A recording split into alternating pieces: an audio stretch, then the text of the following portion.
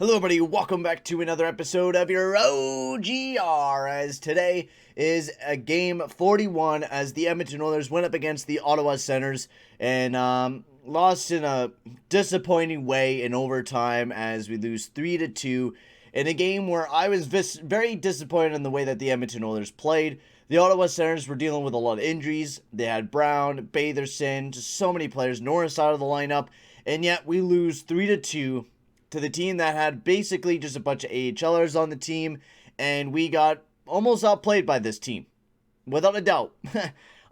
It's embarrassing to even talk about, and even to have to read into this game because it was really bad.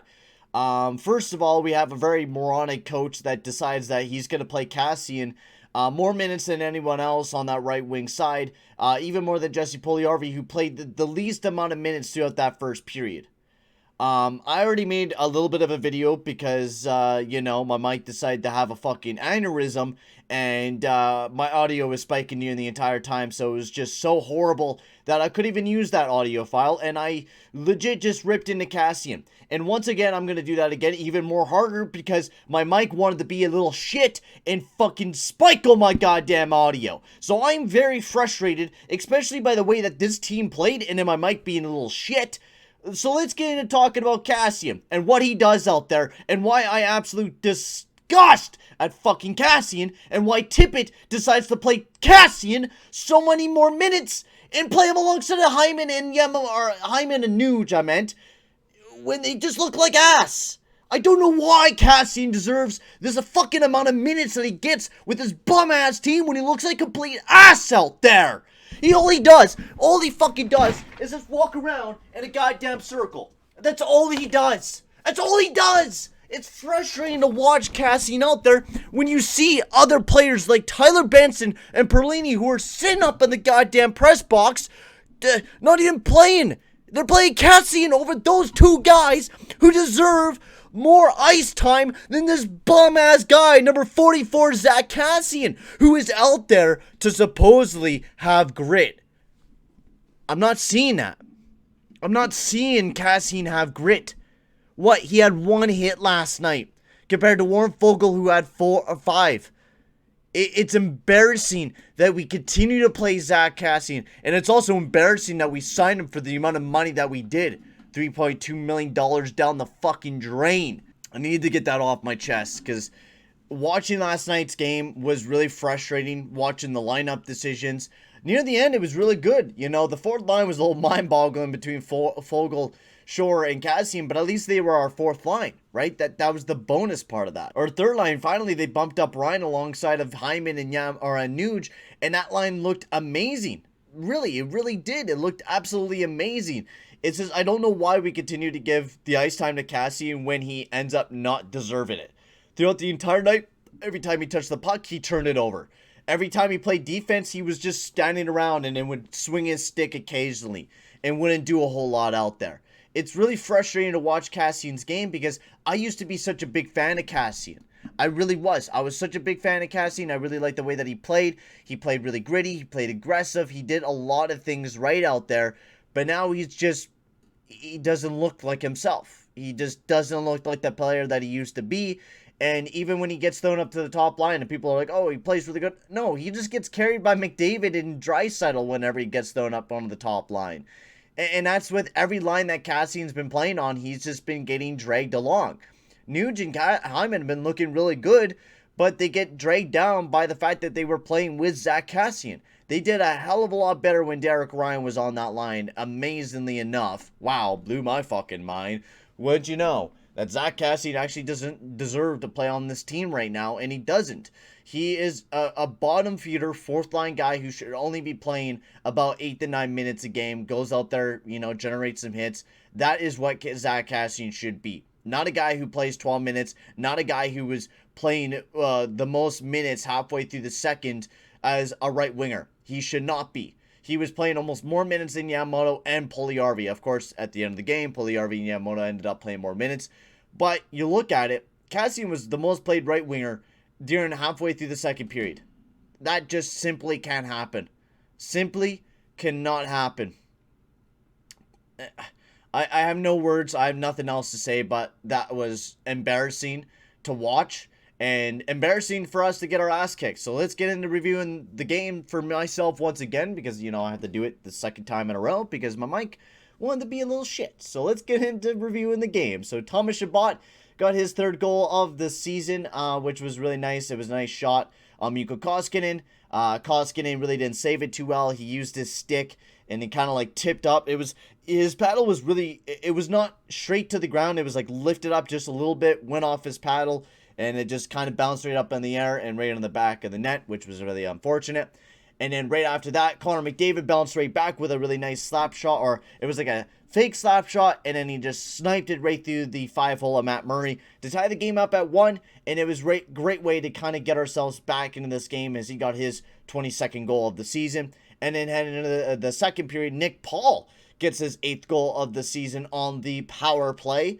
This was nothing really you could do for Mikko Koskinen. He was playing pretty well up until that time. I mean, he lit the week 1 in on Chabot, but Mikko Koskinen was making some really good saves throughout the night.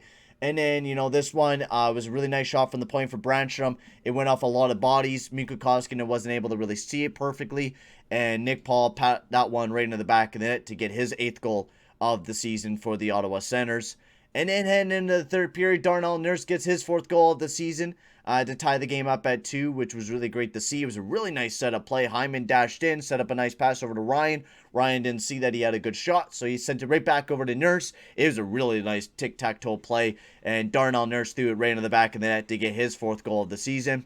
And in a very disappointing OT where we just kept rushing the play and just did not play very well in that OT, Tim Stützle scored his 8th goal of the season for the Ottawa Senators and gave him the W. And honestly, during that OT, it was very disappointing to say the least on how we played during that overtime. It was not very good, very, very sloppy. We were making a lot of dumb passes, rushing things. I don't know exactly what we were really thinking. It was like we were trying to rush our way to a victory, and we did a very bad job of it. Darnell Nurse got stuck out there for that Stützle goal. He was out there for almost 3 minutes of ice time, which I think is just way too much for Darnell Nurse, especially in one shift where you're stuck out there for a whole 3 minutes. And you could definitely see that he was exhausted and couldn't, try to play defensively because he was exhausted. He couldn't do any big movements. It sucks. It sucks that we got beat by the Sens once again in a very embarrassing fashion. This was a game where we, without a doubt, should have beat this team. But in the end, we got beat by an AHL team that, looks like an AHL team right now. They definitely didn't play like an AHL team last night. They outplayed us. They outworked us. They did everything to beat us throughout that game. So let's talk about a few players that had good positives or bad nights. We'll talk about it all.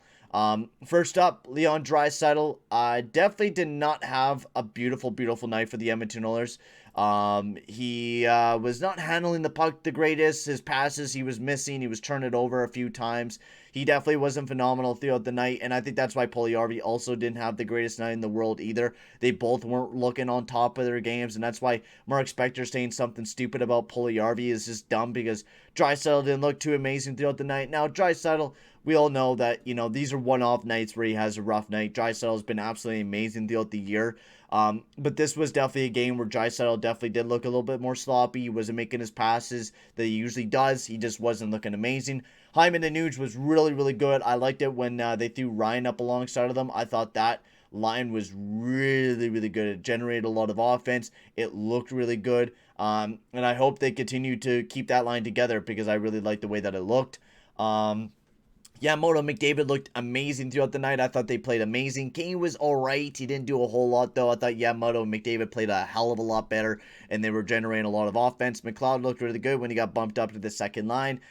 He was alright on that fourth line as well, but he's just trying to carry, Shore, and Derek Ryan's been doing good, but trying to carry along Devin Shore and trying to produce offense on that line is absolutely impossible between those three players. And I think McLeod throwing them all alongside of actually good players will actually help McLeod not only develop, but also produce as well.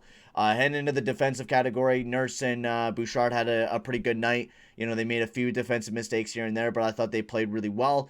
Keith and CC, they played pretty well defensively. Definitely not great offensively. They had a couple turnovers here and there. Definitely just weren't looking the greatest. Trying to what is the word? Get the puck, break out the puck out of the zone. There we go. I finally found it.